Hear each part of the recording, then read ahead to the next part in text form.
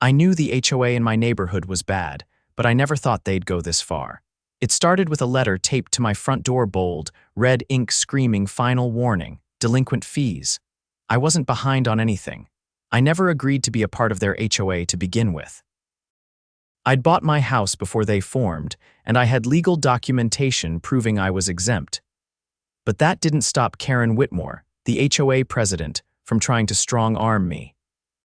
Karren was exactly what you'd expect mid-50s, bleach blonde bob, and the personality of a rattlesnake wearing pearls. She strutted around like she owned the entire neighborhood. If you so much as parked your car an inch over the driveway line, she'd slap a notice on it. I crumpled the letter and tossed it in the trash. I thought that was the end of it. I was wrong. The next morning, I walked outside to find Karren standing next to my truck, clipboard in hand, shaking her head like I'd just committed a felony. "Felix Kessler," she said, dragging out my name like it tasted bad. "This vehicle is an eyesore. It must be removed immediately." I crossed my arms. "Karren, it's a perfectly fine truck, and you know I'm not part of your little dictatorship." Her lips curled into a fake smile. "Your property values affect all of us. If you won't pay your overdue fees, then consider this a warning. The board has the right to take action against unsightly vehicles." I laughed. "You mean my fully functional, legally parked truck? Good luck with that." She huffed and stormed off, but something about the way she glanced back at my truck made me uneasy. That night, I installed security cameras, and thank God I did. Because at 3 in the morning, my phone buzzed with an alert. Movement detected in my driveway. I pulled up the live feed and my stomach dropped. There was Karren standing next to my truck, holding a gas can. I didn't waste a second. I threw on my boots and stormed outside, phone in hand, recording everything. The second my headlights flashed on her, Karren froze like a raccoon caught in a garbage bin. The gas can in her hand tilted slightly, and the unmistakable sheen of liquid glistened on the pavement beneath my truck. She tried to recover, straightening her posture and forcing a saccharine smile. "Oh, Felix, fancy seeing you up so late," she called, voice dripping with faux innocence. I held up my phone, the screen still displaying the live footage. "Fancy seeing you trespassing on my property with a gas can in the middle of the night," I shot back. "Care to explain?" Karren's eyes darted around as if searching for an escape route. "I was just inspecting the area. The HOA has concerns about fire hazards, and I wanted to ensure your vehicle wasn't leaking anything dangerous." I stepped forward, my boots splashing in the very puddle she had created. "Oh, you mean like this gasoline right here?" "The gasoline you were just pouring under my truck." Her face twitched. "That's absurd." I pointed at the camera mounted on my porch. "You're on video, Karren. Every second of this is recorded." Her forced composure cracked and the venom seeped through. "You think anyone will believe you?" "I run this HOA. I have connections. You're the outsider here. If I say you did this yourself for attention, who do you think they'll believe?" I let out a low chuckle, shaking my head. "You really don't get it, do you? This footage doesn't just stay on my phone. It's already backed up to a cloud server. I could call the cops right now and have them here before you can come up with another lie." Karren's bravado wavered, but she wasn't done. "Now, Felix, let's not be hasty. Perhaps we can come to an understanding." I raised an eyebrow. "An understanding? You mean like how you understand that arson is a felony?" She took a step closer, lowering her voice. "Listen, you drop this and I'll make sure the HOA overlooks certain things for you. No more fines, no more notices. We can even discuss some financial compensation." I scoffed.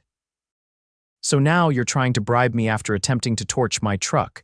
You really have no shame." Her lips pressed into a thin line. "You don't want to make an enemy out of me, Felix." I tilted my head. "Karren, you already made yourself my enemy the moment you tried to burn my property to the ground." Before she could respond, I pulled out my phone and dialed. She went rigid as the sound of ringing filled the air. "Who are you calling?" I gave her a cold smile. "The police." Panic flickered in her eyes, but she quickly masked it with forced indignation. "This is harassment. I was just doing my duties as HOA president." I shook my head. "Your duties don't include felony arson." She made a sharp turn and scurried off toward her house, but it was too late. The flashing red and blue lights appeared at the end of the street before she could reach her front door. The next 20 minutes were pure chaos. I handed over my footage, showed them the gas puddle, and watched as Karren tried every excuse in the book. She accused me of fabricating the video, then claimed she was sleepwalking, then insisted it was all a misunderstanding. The cops weren't buying any of it. By the time they were cuffing her, she was shrieking about how this neighborhood would fall apart without her. "You're all going to regret this. I am the HOA," she screeched as they put her in the back of the squad car. I stood there, arms crossed, watching her get driven away. But I knew this wasn't over. Karren Whitmore wasn't the type to go down without a fight, and I had a feeling she had a few more tricks up her perfectly manicured sleeves. The morning after Karren's arrest, the neighborhood buzzed with speculation. People whispered in hushed voices as they walked past my house, glancing at my driveway where the gasoline stain still lingered. Some neighbors, the ones who had long suffered under Karren's rule, gave me nods of approval. Others, the die-hard HOA loyalists, shot me looks of pure disdain. By noon, I received a call from a lawyer claiming to represent Karren. His voice was smooth, practiced, the kind of tone that belonged to someone used to bullying people into submission. He informed me that Karren would be pressing charges against me for defamation and harassment. I barely held back a laugh. The evidence was airtight. I had security footage, police reports, and a driveway that still smelled like a gas station. But I let the lawyer ramble, letting him think he had the upper hand. When he finally paused for air, I calmly informed him that any lawsuit Karren attempted would be met with a countersuit for attempted property damage and trespassing. That shut him up real quick. Still, I knew Karren wasn't the type to give up just because she'd been caught red-handed. She'd been running the HOA like a personal empire for years, and if there was one thing people like her couldn't handle, it was losing control. A few days later, I found out just how far she was willing to go. A notice appeared on my door, official HOA letterhead, but the demands were beyond ridiculous. It claimed that due to recent criminal activity on my property, I was now in violation of the HOA's safety and conduct clause. The penalty. Either I paid a $20,000 community restoration fee, or they would begin proceedings to seize my home under emergency provisions. I almost admired the audacity. Almost. I walked straight to the HOA office, a small building at the edge of the neighborhood that Karren had insisted be built with community funds years ago. Inside, her second in command, a wiry man named Greg, sat behind the desk, looking smug. I dropped the notice onto the counter between us. "This is fraud," I said. Greg adjusted his glasses, barely glancing at the paper. "The board has reviewed your case, and given the disturbance your actions caused, we believe this is a fair resolution." I leaned forward, lowering my voice. "Karren tried to burn my truck. I have video proof." "She got arrested, and you're telling me I'm the problem?" Greg shrugged. "The board has spoken." I studied him for a moment. Greg had always been Karren's lapdog, enforcing her rules without question.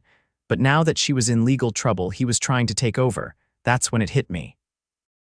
Karren wasn't just fighting me, she was fighting to keep her grip on the HOA itself. I smiled. "All right, Greg, if that's the game you want to play, I'll see you in court." His smirk faltered just a little. I spent the next few days digging through public records. I hired a lawyer of my own. A sharp, no-nonsense woman named Vanessa who had a reputation for tearing HOA boards apart in court. Together, we uncovered something interesting. Karren was in financial trouble. Deep trouble. She had taken out multiple loans, likely using HOA funds as collateral. If she lost her position, she'd have no way to pay them back. Worse, her house was already in pre-foreclosure. Karren had been playing queen of the neighborhood while drowning in debt. I saw my opportunity. Through a few well-placed inquiries, I managed to buy the lien on her house. It took some legal maneuvering, but within a week, I was the official holder of her debt. And just like that, I owned her home. The day the foreclosure was finalized, I waited outside her front door, keys in hand. When Karren arrived, fresh from a meeting with her lawyer, she stopped in her tracks at the sight of me standing on her porch, her eyes narrowed. "What are you doing here?" I jingled the keys. "I own this house now." The blood drained from her face. "That's impossible." I pulled out the official documents and handed them over. She snatched the papers, scanning them with shaking hands. "This is fraud," she hissed. I leaned against the porch railing. "No, this is what happens when you try to set someone's truck on fire and then double down on stupidity." She looked up, fury burning in her eyes. "You can't do this." I crossed my arms. "Actually, I can, and I already did. You need to vacate the premises immediately." For the first time since I'd met her, Karren looked genuinely lost. The bravado cracked, and for a moment I thought she might actually beg. But then, like a cornered animal, she lashed out. "I'll fight this," she spat. "I'll take it to court." I held up a hand. "Karren, you don't have a leg to stand on. The property is legally mine. You have no authority here anymore." Her breath came in quick, shallow bursts. "You can't just throw me out." I stepped aside and gestured toward the street. "You have until sundown to pack your things. After that, I'll have the locks changed." She stared at me, disbelief and rage warring in her expression. Then, with a shaky breath, she turned on her heel and stormed inside. Neighbors gathered as she stomped back and forth, throwing belongings into bags. Some whispered in shock, others in satisfaction. By the time the sun dipped below the horizon, Karren Whitmore was standing on the curb, clutching her last suitcase, her kingdom reduced to a pile of hastily packed belongings. I watched as she glared at me one last time, then climbed into a waiting car and disappeared into the night. The reign of terror was over, and the neighborhood. It was finally free. With Karren gone, the neighborhood felt different, lighter. People walked their dogs without fear of receiving citations for unauthorized leash lengths. Kids rode their bikes without parents worrying about surprise fines for excessive noise. The tyranny was over, but the HOA wasn't finished. At first, the board scrambled to maintain order. Greg, now acting as interim president, attempted to rally the remaining members. He held emergency meetings, issued frantic emails, and even tried to intimidate homeowners into believing Karren's removal was a mistake. I wasn't the only one who saw what was happening. A group of longtime residents, including a retired judge and a former city council member, started gathering in my garage.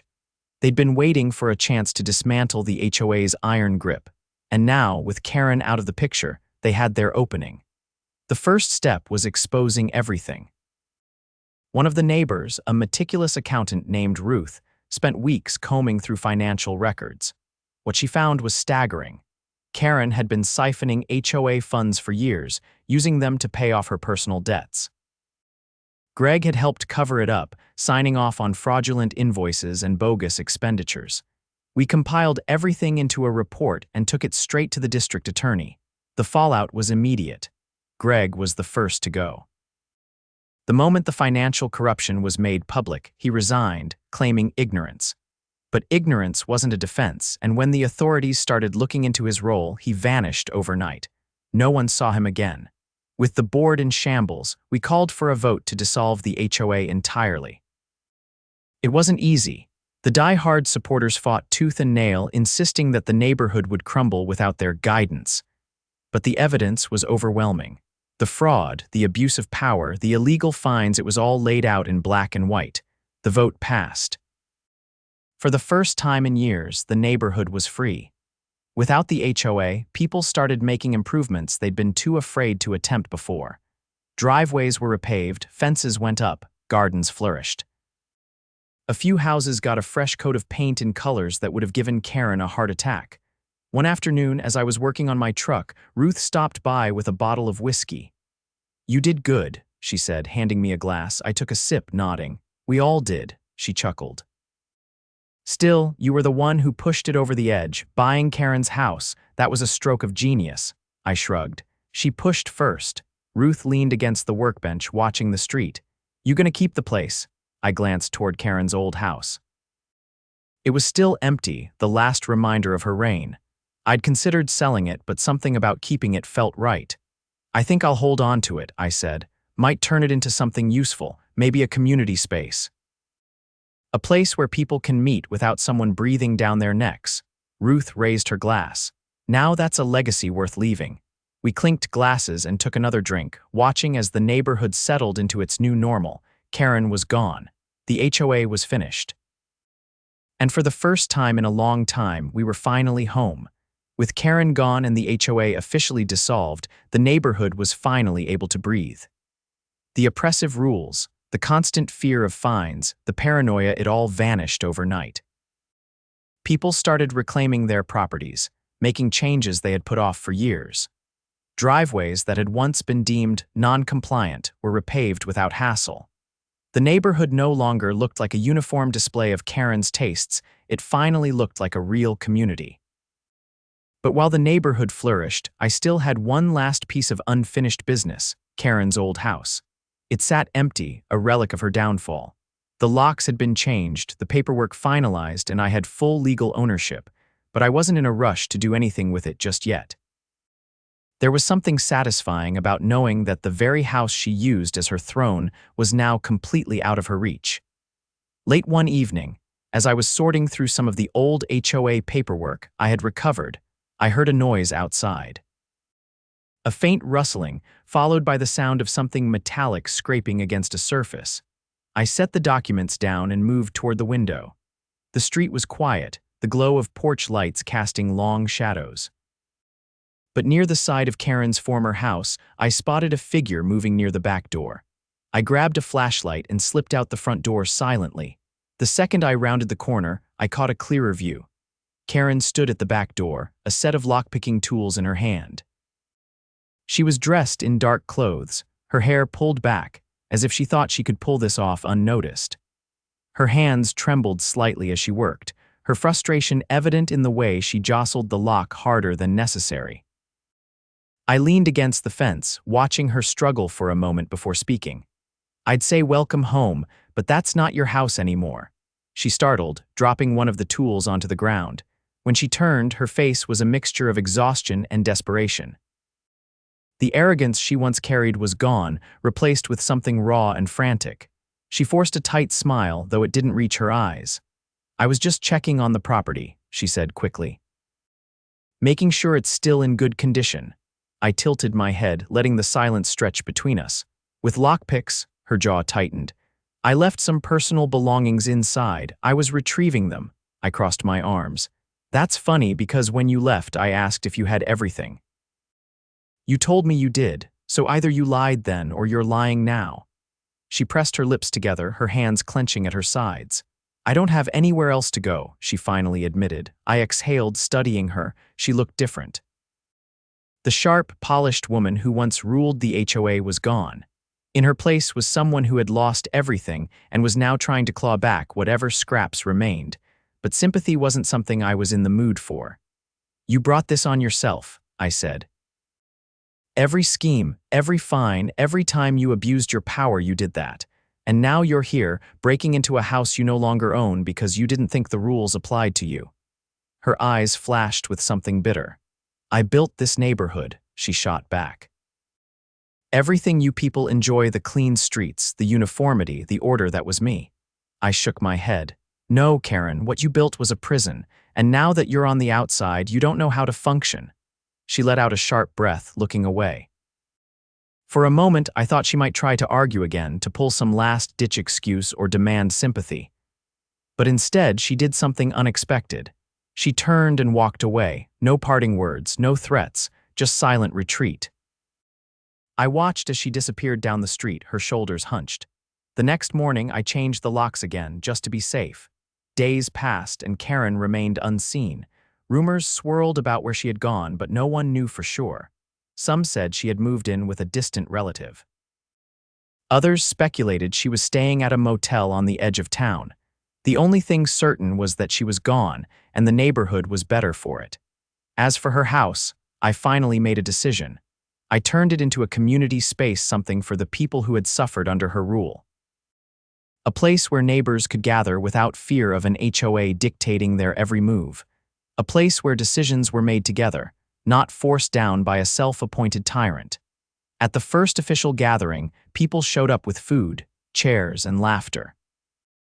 Conversations flowed freely, and for the first time in years, there were no complaints, no threats of fines, no absurd rules hanging over anyone's head.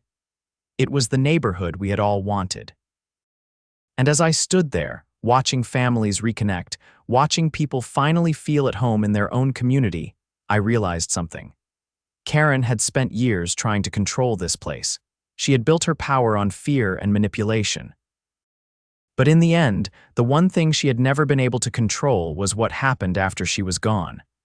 And that was the sweetest victory of all. In the weeks that followed, the community space flourished. What had once been Karren's private fortress was now the heart of the neighborhood, buzzing with life. Families gathered for weekend cookouts, kids played in the yard without fear of arbitrary rules, and neighbors who had once kept their heads down now spoke freely. The transformation was undeniable. The iron grip Karren had maintained for years had been shattered, and in its place, something better had taken root. But just when I thought the past was behind us, a familiar shadow reappeared. One evening, as I was locking up after a neighborhood gathering, I noticed a figure standing just beyond the streetlight's reach. The shape was unmistakable Karren. She hadn't been seen in weeks, and by the looks of her, those weeks hadn't been kind. Her usual pristine appearance was gone. The sharp suits, the perfectly set hair, all of it replaced by something more disheveled. She stepped forward, her movements slower than before, like she was dragging the weight of her loss with her. Her expression wasn't the smug confidence she had worn for years.